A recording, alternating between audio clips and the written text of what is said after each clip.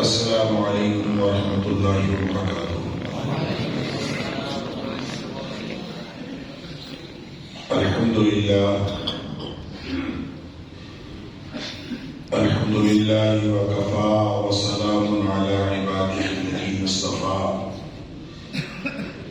اشہد ان لا الہ الا اللہ وحدہ لا شریک لہ واشہد ان محمدا عبدہ ورسولہ صلی اللہ علیہ وآلہ وسلم۔ اللہم صل علی محمد وعلی آل محمد کما صلیت علی ابراہیم وعلی آل ابراہیم انک حمید مجید۔ اللہم بارک علی محمد وعلی آل محمد کما بارکت علی ابراہیم وعلی آل ابراہیم انک حمید مجید۔ أما بعد فأعوذ بالله السميع العليم من الشيطان الرجيم من همزه ونفخه ونفثه بسم الله الرحمن الرحيم ما كان محمد أبا أحد من رجالكم ولكن رسول الله وخاتم النبيين وكان الله بكل شيء عليما۔ صدق الله العظيم۔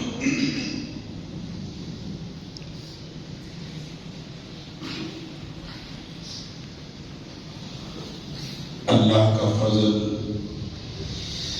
اور اس کی رحمت ہے کہ اس نے ہم سب کو دیگر تمام جو اس کے فضل اور اس کی رحمتیں ہیں اس کے ساتھ ایک رحمت اس کی یہ ہے کہ اس نے ہمیں محمد کریم صلی اللہ علیہ وسلم کا امتی پیدا کیا۔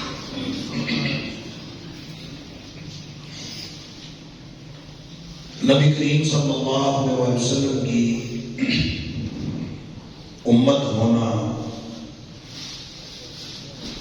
بہت بڑا اعزاز ہے۔ ایک تو اس اعتبار سے کہ آپ آخری نبی اور آخری رسول ہیں اور نبی کریم صلی اللہ علیہ وسلم کا فرمان بھی ہے کہ میں آخری نبی اور میری امت آخری امت ہے۔ اب اس کے بعد جیسے نبی کوئی نہیں آنا اسی طرح امت اور کوئی نہیں آنا۔ نبی اکرم صلی اللہ علیہ وسلم کا یہ فرمان کہ انا والساعۃ کہاتین، میں اور قیامت وہ یوں دو باہم ملی ہوئی انگلیوں کی طرح ہے۔ گویا نبی اکرم صلی اللہ علیہ وسلم سے لے کر قیامت تک درمیان میں کوئی نبوت و رسالت نہیں سوائے نبی اکرم صلی اللہ علیہ وسلم کی نبوت و رسالت۔ آپ صلی اللہ علیہ وسلم کا امتی ہونا اس اعتبار سے بھی اتنا بڑا اعزاز ہے کہ آپ نے فرمایا کہ میرا ہر امتی جنتی ہے۔ سبحان اللہ۔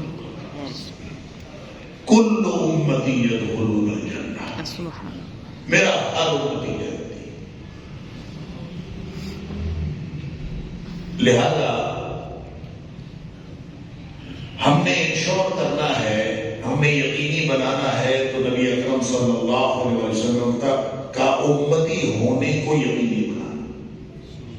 اگر ہمارا امتی ہونا یقینی بن گیا تو ہمارا جنتی ہونا یقینی ہے، اس کی گارنٹی نبی کریم صلی اللہ علیہ وسلم نے دی۔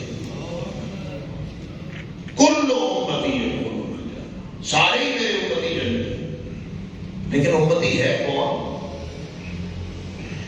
فرمایا الا من ابا، سوائے اس کے کہ جو خود انکار کر دے۔ کس سے انکار کرے؟ جنت میں جانے سے انکار کرتے یا امتی ہونے سے انکار کرتے؟ بات ایک ہی ہے، جس نے امتی ہونے سے انکار کیا اس نے جنت میں جانے سے انکار کر دیا۔ ترجمہ جو بھی کر لے مان آئیں گے۔ من یا رسول اللہ صلی اللہ علیہ وسلم، اللہ کے رسول بھلا کون انکار کرتا؟ کس چیز سے؟ اسی چیز سے جس کا تذکرہ ہے، جنت میں جانے سے یا امتی ہونے سے؟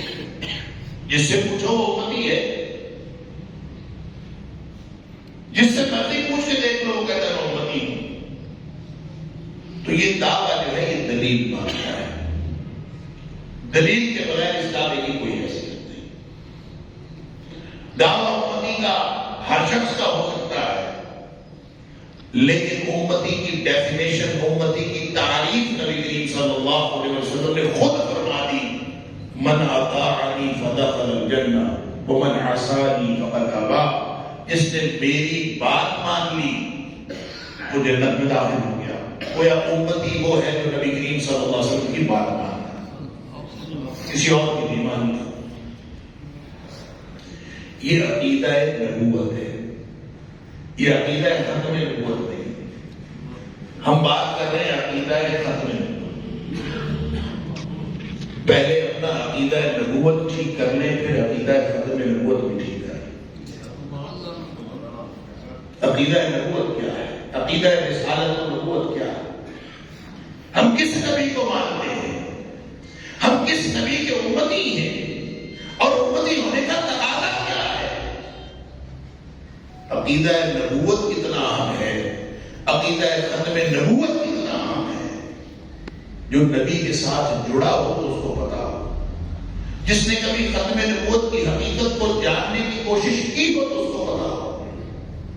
معلوم ہے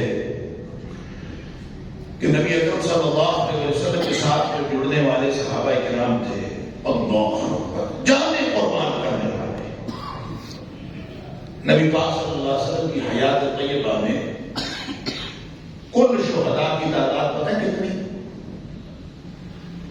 مختلف تعداد لوگوں نے لکھی ہے، 250 کی تھی، 259 بھی بعض لوگوں نے لکھا ہے، بعض لوگوں نے کم زیادہ 200-250 کی قریب کل صحابہ شہید ہوئے۔ گویا نبوت پر شہید ہونے والے 250 اور ختم نبوت پر شہید ہونے والے کتنے؟ پہلا ہی مارکا ہے یہ، لیکن اب یہ مارکا نبوت کا نہیں ہے، اب یہ ختم نبوت کا مارکا ہے۔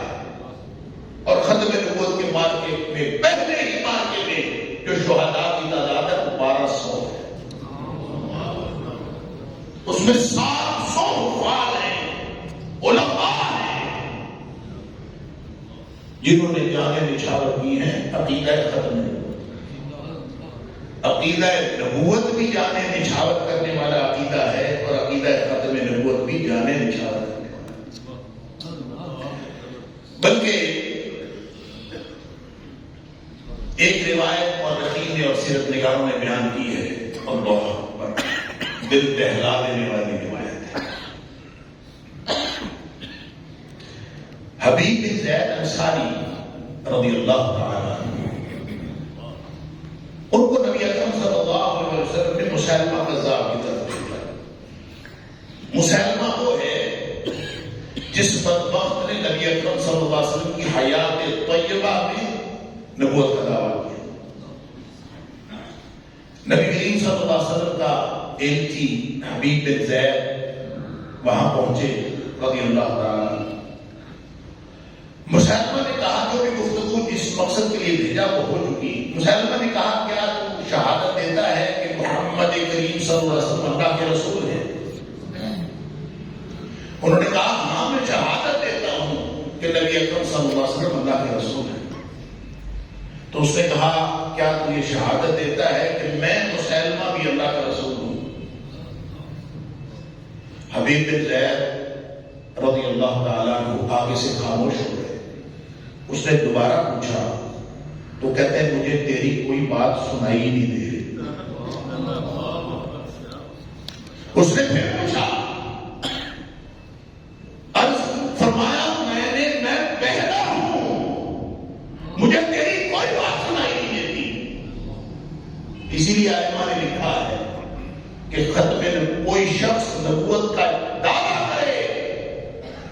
اس سے دعوے کی دلیل مانگنا بھی کفر ہے۔ کسی نے نبی کریم صلی اللہ علیہ وسلم کے بعد دعویٰ کیا اور اس دعوے کی دلیل مانگنا بھی کفر ہے، اس لیے کہ نبی کریم صلی اللہ علیہ وسلم کے بعد کوئی نبی ہو سکتا ہی نہیں۔ اگر آپ نے دلیل مانگی تو اس کا مطلب یہ ہے کہ آپ نے نبوت کے امکان کو تسلیم کر لیا، اور اگر نبوت کے امکان کو تسلیم کر لیا تو اس کا مطلب ہے آپ نے کفر کیا۔ کوئی امکان نہیں نبی کریم صلی اللہ علیہ وسلم کے بعد کسی نبی کا۔ اس بدبخت نے، مسلمہ نے اس سے پوچھا، بار بار پوچھا۔ حبیب بن زید کہتے رہے مجھے تیری آواز ہی سنائی نہیں دیتی، میں بہرا ہوں۔ اس کی بات کا جواب نہیں دیا، اس کو غصہ آیا، اس نے ایک بازو کاٹ لیا، پھر پوچھا، پھر خاموش، میں بہرا ہوں، میری کوئی بات مجھے سنائی نہیں دیتی۔ اس نے دوسرا بازو کاٹا، اس نے ایک ایک کر کے عضو کاٹا۔ حضرت حبیب بن زید کی زبان سے کوئی بات نہیں نکلی اور بالآخر اس نے شہید کر دیا۔ عقیدہ ختم نبوت اس قدر اہم عقیدہ ہے، لیکن پہلے اپنا عقیدہ نبوت تو صحیح کر لیں۔ عقیدہ نبوت جس کا صحیح نہیں وہ چلا ہے عقیدہ ختم نبوت صحیح کر لیں۔ جس کو نبی کریم صلی اللہ علیہ وسلم کی شان کا علم نہیں ہے، وہ ان کی شان کا تحفظ کرنے کا کمال ہے۔ عقیدہ نبوت تو سمجھو میں نے کیا اللہ، یہ جس بدبخت کی باتیں کی جاتی ہیں ہمارے بر صغیر کے حوالے سے کہ اس نے نبوت کا دعویٰ کیا، وہ میں تو سمجھتا ہوں اس کا نام لینا بھی ضروری نہیں ہے، اس کا تذکرہ کرنے کی بھی ضرورت نہیں ہے۔ کیوں ذکر کرے اس کا؟ کیوں؟ اس لیے کہ نبی اکرم صلی اللہ علیہ وسلم نے فرمایا تھا ایک کیا 30 آئیں گے،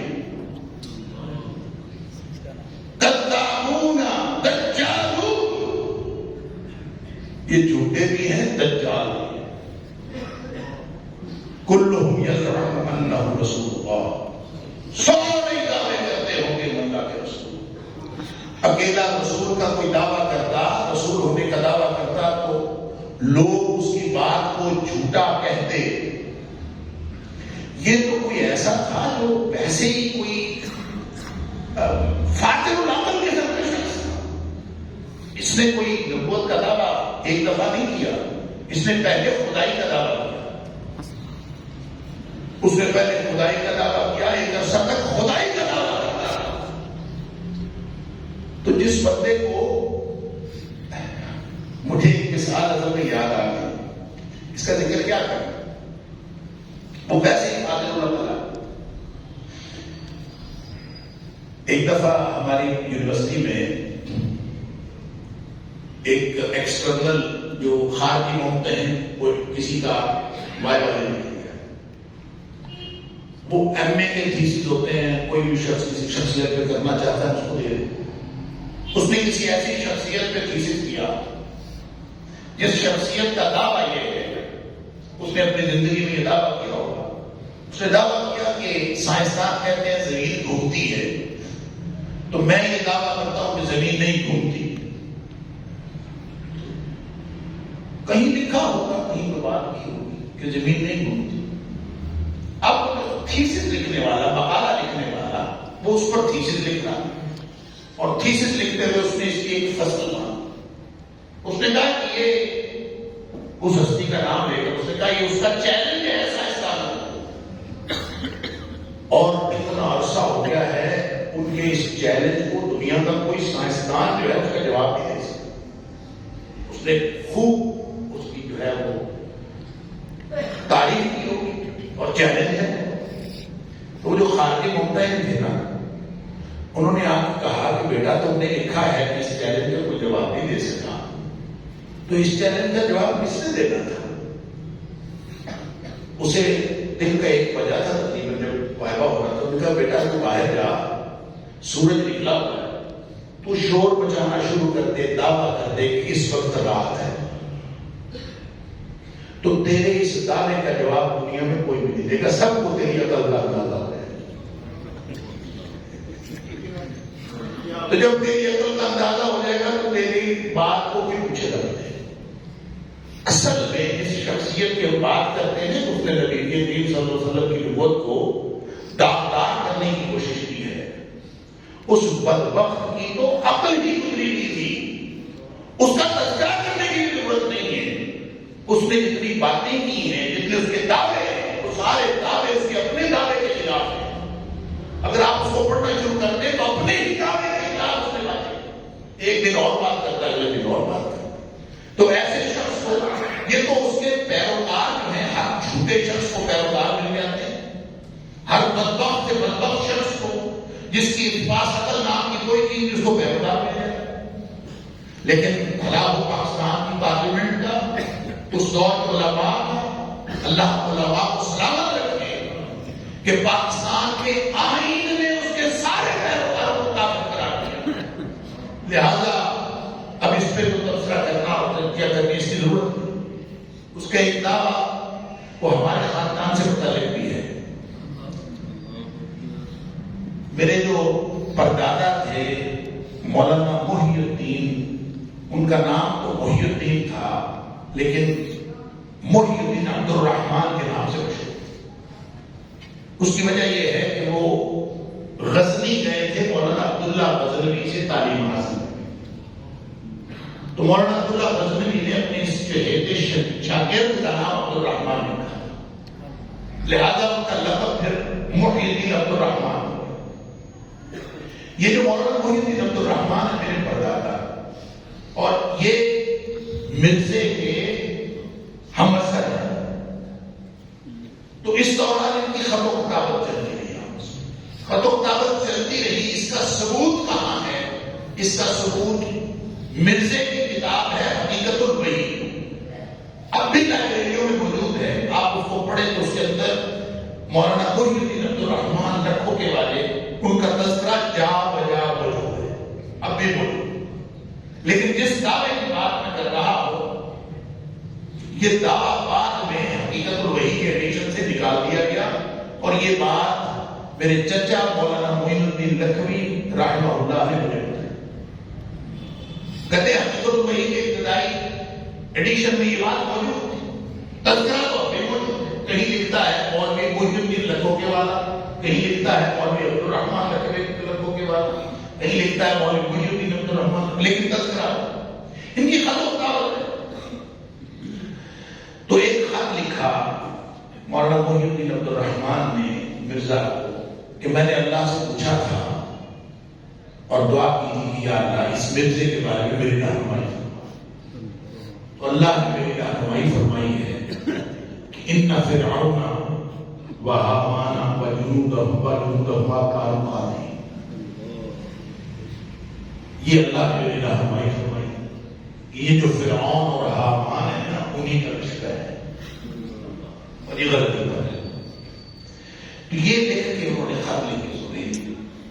اس نے یہ خط پڑھا تو چل گئی. تو اس نے پھر واپسی خط لکھا. اس نے کہا مجھے، میں نے بھی اللہ سے دعا کی تھی کہ یہ جو مولوی معین الدین ہے لکھوکے والا، اس کے بارے میں میری رہنمائی فرما.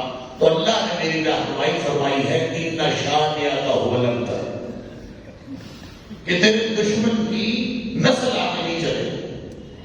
جس وقت اس نے یہ دعویٰ کیا تھا اس وقت میرے پردادا کی نرینہ اولاد کوئی نہیں تھی، لہذا اس نے یہ حساب کتاب لگا کے دعویٰ کر دیا. اللہ کا کرنا ایسا ہوا کہ میرے دادا مولانا محمد علی علوی ثم مدنی، ان کی پیدائش مرزے کی زندگی میں ہوئی.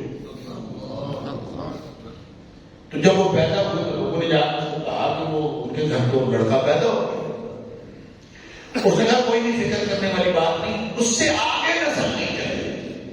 یہ تو ایک اسٹیپ آگے چلا گیا، اس سے آگے اس کی نسل نہیں چلی. اللہ اکبر. تو بس پھر اللہ تعالیٰ نے جھوٹے کا جھوٹ واضح کرنا تھا. اللہ تعالیٰ نے ہمارے دادا جو تھے مولانا محمد علی، وہ اکیلے بھائی تھے. اس کے بعد اللہ نے ان کی اولاد میں سے 4 بیٹے عطا فرمائے. جو بیٹیاں ہیں وہ الگ ہیں. پھر ان بیٹوں میں سے اللہ نے کتنے بیٹے عطا فرمائے ہیں، کتنے پڑھتے ہیں. اور اب کتنی وہ ایک دن ہم بیٹھے گر رہے تھے، صرف ابا جی کی اولاد، میرے والد صاحب کی اولاد جو ہے، ان کے اولاد و احفاد اپنے گنے تو 281 پڑے. تو چچا جی کی الگ ہے اور باقی سب کی الگ ہے. تو میرے دادا جان تھے مولانا محمد علی رحمہ اللہ، جنہوں نے 45 سال مسجد نبی میں حدیث پڑھی اور وہی مدفون ہوئے بقیع میں. مولانا عبد الرحمان جن کا مناظرہ چلتا تھا مرزے کے ساتھ، وہ بھی ان کی تدفین بھی جنت البقیع میں ہوئی ہے. وہ حج کرنے گئے تھے اور مسجد نبی میں نماز پڑھتے ہوئے حالت سجدہ میں ان کو اللہ تعالیٰ نے، اور ان کے بیٹے مولانا محمد علی میرے دادا وہ تو رہے ہی نہیں. انہوں نے 2 شادیاں کی، ایک پاکستان میں کی، 2 بیٹے ادھر سے، سعودیہ میں کی، 2 بیٹے اللہ نے ادھر سے دیے.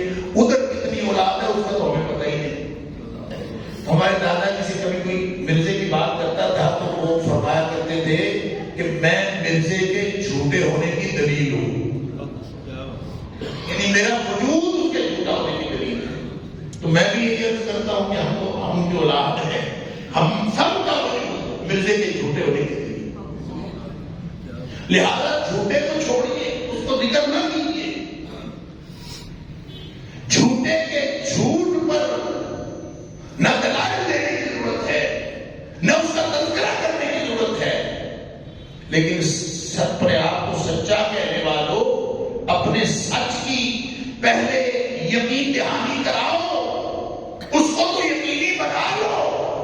اپنا عقیدہ نبوت اور اپنا عقیدہ ختم نبوت تو ٹھیک کر لو. اللہ اکبر. میں بہت اختصار کے ساتھ 2-3 باتیں انشاءاللہ عرض کروں گا. اللہ کرے مجھے اور آپ کو سب کو سمجھ آ جائے اور اللہ تعالیٰ ہم سب کو سچا امتی بنا. نبوت اور رسالت کا عقیدہ یہ ہے کہ اللہ نے اپنے پیغمبروں کو بھیجا اپنا دین دے. دین اللہ کا، ان دین عند اللہ الاسلام، اللہ کا دین ہے. اس نے اپنے بندوں کی طرف بھیجنا تھا، نبی اور رسول بھیجے. هو الذی ارسل رسولہ بالہدی ودین الحق لیظہرہ علی الدین کلہ. آدم علیہ السلام سے لے کر محمد کریم صلی اللہ علیہ وسلم تک نبوت و رسالت کا سلسلہ چل رہا ہے. نبی پاک صلی اللہ علیہ وسلم پر آ کر رسالت اور نبوت کا سلسلہ مکمل ہو گیا.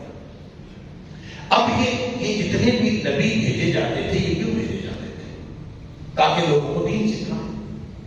اور قرآن نبی کریم صلی اللہ علیہ وسلم پر نازل فرمایا اور ساتھ ڈیوٹی دی کہ آپ کی ڈیوٹی پتہ کیا ہے؟ وَأَنزَلْنَا إِلَيْكَ الذِّكْرَ لِتُبَيِّنَ لِلنَّاسِ مَا نُزِّلَ إِلَيْهِمْ. اے حبیب صلی اللہ علیہ وسلم، یہ قرآن ہم نے نہ مدینے میں نازل کیا ہے نہ مکہ میں نازل کیا ہے، یہ قرآن ہم نے آپ پر نازل کیا ہے. اور آپ کی ڈیوٹی یہ ہے کہ آپ لوگوں کو بتا دیں کہ ان پر کیا نازل ہوا، کیا ان کے لیے اللہ نے بھیجا ہے. لہذا نبی کریم صلی اللہ علیہ وسلم نے ساری حیات طیبہ اسی کو سمجھایا اور سمجھاتے سمجھاتے. اب اتھارٹی کون ہے؟ دین. نبی اکرم صلی اللہ علیہ وسلم. آپ ہاں کہہ دیں تو دین ہے، آپ نہ کہہ دیں تو دین ہے، آپ خاموش رہے تو بھی دین ہے. دین کی مکمل اتھارٹی نبی اکرم صلی اللہ علیہ وسلم. وما ارسلنا من رسول الا لیطاع باذن اللہ. نبیوں کی اتھارٹی اللہ قرآن میں بیان کر رہا ہے، کیونکہ اتھارٹی یہ ہے رسول میں اس لیے بھیجتا تھا. محمد کریم صلی اللہ علیہ وسلم تک جو نبوت کا سلسلہ آگے مکمل ہوا ہے وہ اس لیے تھا الا لیطاع باذن اللہ، تاکہ اللہ کے حکم سے ان کی اطاعت کی جائے، ان کی بات نہیں، کیونکہ دین کی اتھارٹی ہو. 23 سال لگائے سمجھایا. دین کس کو سمجھایا؟ صحابہ کرام کو سمجھایا. ایسے نہیں وہ حدیث جس کے بارے میں لوگ جو ہے اور کوئی بھی کام چلتا تو کہتے ہیں کہ حدیث جو ہے سند ٹھیک نہیں. نبی کریم صلی اللہ علیہ وسلم فرمایا 73 ہوں گے ایک جنت میں جائے. کلہم فی النار الا واحد. ایک ہے، وہ کون ہے؟ ما انا علیہ واصحابی، جس پر میں ہوں اور میرے صحابہ ہیں. کیوں؟ صحابہ کو نبی اکرم صلی اللہ علیہ وسلم نے دین سکھایا. اور جو بات نبی کریم صلی اللہ علیہ وسلم نے صحابہ کو سکھا دی وہ دین ہے، جو پڑھا دی وہ دین ہے، جو ان کو کر کے دکھا دی وہ دین ہے۔ دین کی اتھارٹی نبی کریم صلی اللہ علیہ وسلم ہاں فرمائیں تو دین ہے، نہ فرمائیں تو دین ہے، آپ خاموش رہیں تو دین ہے۔ اسی کو تو علماء حدیث تقریری کہتے ہیں۔ وہ بڑی معروف بات ہے، نبی پاک صلی اللہ علیہ وسلم فرمایا کہ ان اللہ قد فرض علیکم الحج فحجوا، اللہ نے حج فرض کیا، حج کیا تو صحابی پوچھتے ہیں فی کل عام یا رسول اللہ، کیا ہر سال حج کرنا؟ آپ خاموش ہیں۔ پھر دوسری دفعہ پوچھتے ہیں فی کل عام یا رسول اللہ صلی اللہ علیہ وسلم، خاموش رہے۔ تیسری دفعہ پھر پوچھے، آپ نے پوچھتے بعد فرمایا کہ لو قلت نعم لوجبت، میں ہاں کہہ دیتا نا تو حج ہر سال ہی فرض ہو جاتا، کیونکہ آپ کا ہاں فرمانا دین ہے، آپ کی زبان سے نہ نکلے تو یہ بھی دین ہے، آپ خاموش رہے۔ دین کی اتھارٹی نبی اکرم صلی اللہ علیہ وسلم۔ وما ارسلنا من رسول الا لیطاع باذن اللہ کا معنی یہ ہے، سمجھ لو ختم نبوت کو جاننے والوں اور ختم نبوت کا عقیدہ سمجھنے والوں، پہلے عقیدہ رسالت اور نبوت ٹھیک کر لو۔ وما ارسلنا من رسول الا لیطاع باذن اللہ کا معنی یہ ہے کہ نبی کریم صلی اللہ علیہ وسلم تک وہ ہستیاں آتی رہیں جن کا کہا ہوا قانون ہوتا تھا، جن کی ہاں بھی قانون ہوتی تھی، جن کی نہ بھی قانون ہوتی تھی، جن کی بات ماننی ضروری تھی۔ اگر نبی کریم صلی اللہ علیہ وسلم کے بعد قیامت تک کوئی دعویٰ کرے کہ میرا کہا ہوا قانون ہے، یا کوئی دعویٰ کرے کہ کسی ہستی کا کہا ہوا قانون ہے، تو اس کا مطلب ہے اس نے نبی کریم صلی اللہ علیہ وسلم کے حق نبوت پر ڈاکہ ڈالا ہے۔ تمہیں ختم نبوت کے ڈاکوں کو معلوم ہے، تمہیں رسالت و نبوت کے ڈاکوں کا پتہ ہی نہیں ہے۔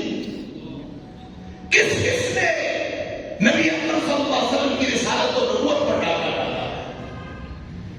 جو بھی وعدہ دعویٰ کرے نبی کریم صلی اللہ علیہ وسلم کے بعد قیامت تک، وہ جو مرضی ہے، اصل میں اتھارٹی نبی کریم صلی اللہ علیہ وسلم کو ملی ہے، وہ اس پوری دھرتی پوری کائنات پر کسی کو نہیں ملی۔ معلوم ہے نا کہ مسلم شریف کے حدیث میں کہیں فرمایا، قرآن نے کہیں فرمایا کہ میں نے وما ارسلناک الا کافۃ للناس، میں نے ساری انسانیت کی طرف آپ کو بھیجا۔ کہیں فرمایا تبارک الذی نزل الفرقان علی عبدہ لیکون للعالمین نذیرا، سارے جہان کی طرف بھیجا۔ اس ساری باتوں کا خلاصہ پتہ کیا ہے؟ اس کا خلاصہ وہ ہے جو مسلم شریف کی حدیث میں نبی کریم صلی اللہ علیہ وسلم نے خود فرمایا، جہاں فرمایا فضلت علی الانبیاء بست، مجھے 6 باتوں میں باقی نبیوں پر فضیلت عطا ہوئی ہے۔ اس میں ایک بات آپ نے فرمائی، ارسلت الی الخلق کافۃ وختم بی النبی، مجھے ساری مخلوق کا رسول بنا دیا۔ ارسلت الی الخلق کافۃ، اس کا مطلب پتہ کیا ہے؟ اس کا مطلب ہے اس پوری کائنات کا جائزہ لیں تو خالق اکیلا ایک ہے، اور وہ ہے اللہ کی ذات۔ ایک اللہ کی ذات کو چھوڑ دیں، باقی ساری کائنات کے رسول نبی اکرم صلی اللہ علیہ وسلم، تو اس کے بعد جگہ بچتی کون سی ہے جس میں کسی جھوٹے گانے، اندھے کسی لگلے لوڈے کے آنے کا امکان؟ اس کے بعد گنجائش ہی کیا بنتی ہے جب آنا والساعۃ کا ہاتھ فرما دیا کہ میں اور قیامت کے درمیان کچھ نہیں ہے، تو فَأُرْسِلْتُ إِلَى الْخَلْقِ كَافَّةً وَخُتِمَ بِيَ النَّبِيُّونَ فرما دیا کہ ساری مخلوق کی طرف مجھے بھیجا گیا ہے۔ تو اب نبی اکرم صلی اللہ علیہ وسلم ساری مخلوق کی واحد اتھارٹی ہے، دین، یہ ہے مطلب۔ اس کو آپ ایک مثال سے سمجھیں۔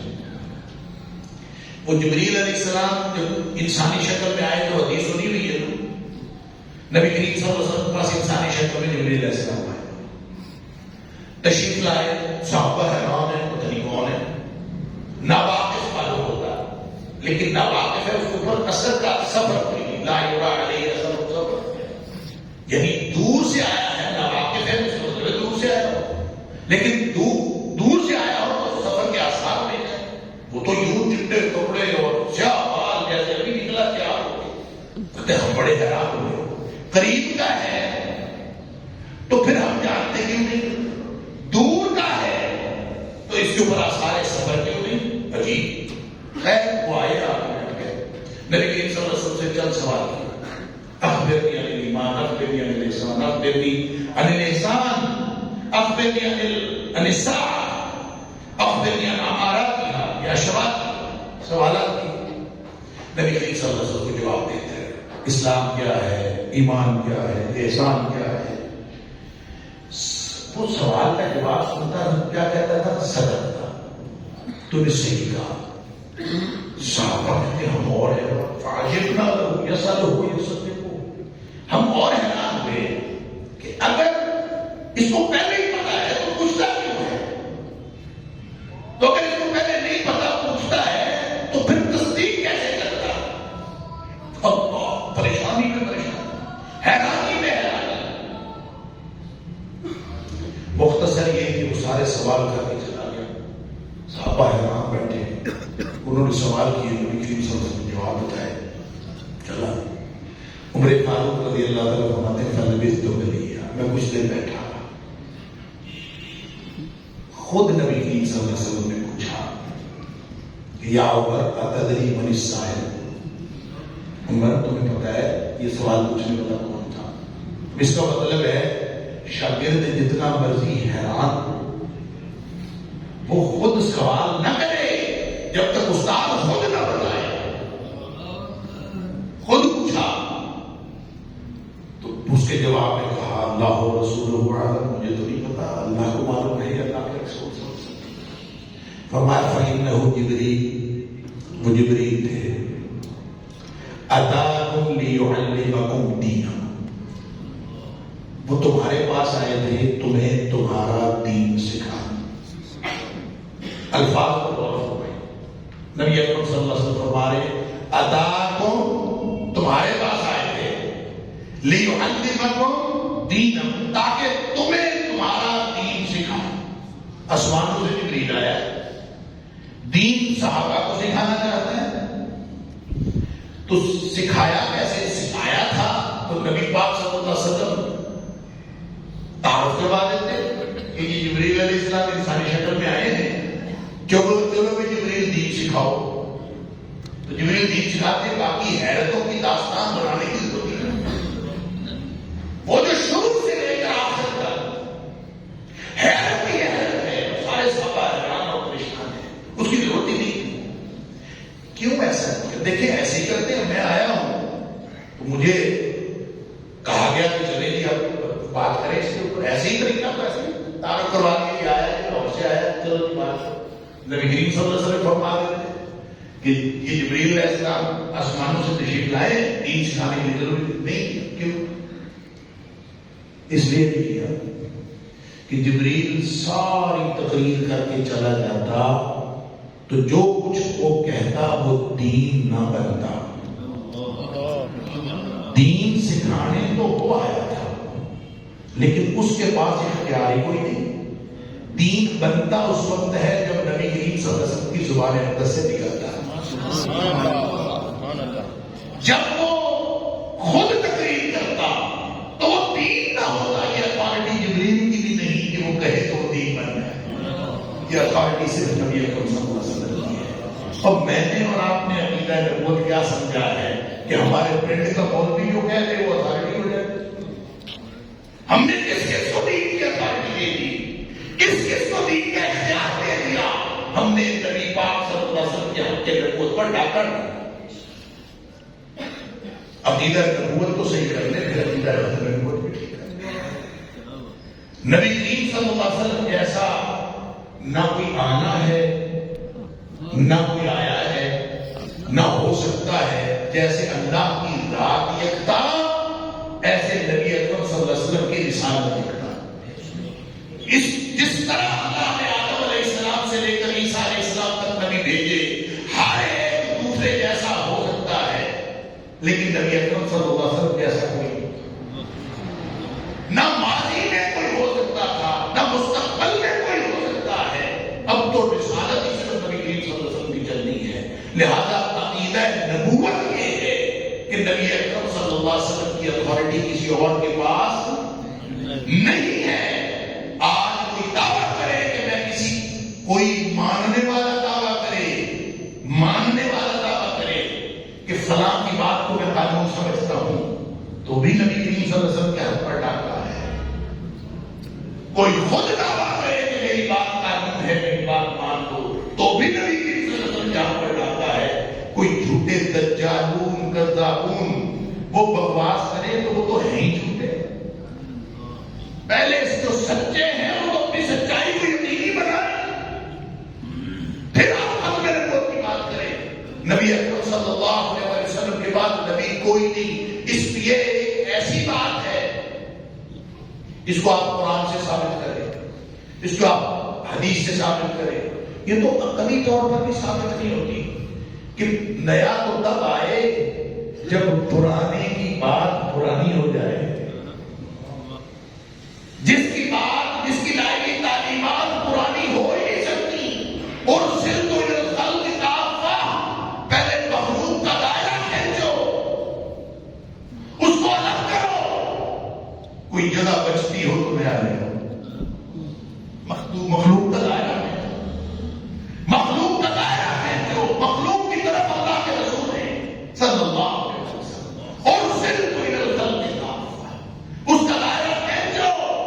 اس کے بعد بچے کسی اور کو لے آؤ اور رہ گئی اس کی تعلیمات. اللہ پر وہ کبھی پرانا ہوتی نہیں. قرآن کبھی پرانا ہوتا ہی نہیں. لے کے آئے ہیں قرآن، لا تنقضی عجائبہ ولا یخلق عن کثرۃ الرد. دیکھیں نبی پاک صلی اللہ علیہ وسلم فرماتے ہیں اس کے عجائبات کبھی ختم نہیں ہوتے. میں اپنی بات مکمل کرتا ہوں. اس کے عجائبات کبھی ختم نہیں ہوتے، اور یہ کبھی پڑھ کے پرانا نہیں ہوتا. جتنا مرضی پڑھتے جائیں پرانا نہیں.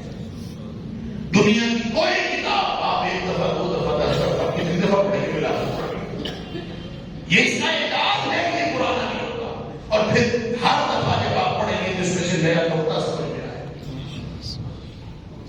2 چیزیں ایسی ہیں، ایک اللہ کا قرآن اور ایک نبی کریم صلی اللہ علیہ وسلم کی ذات.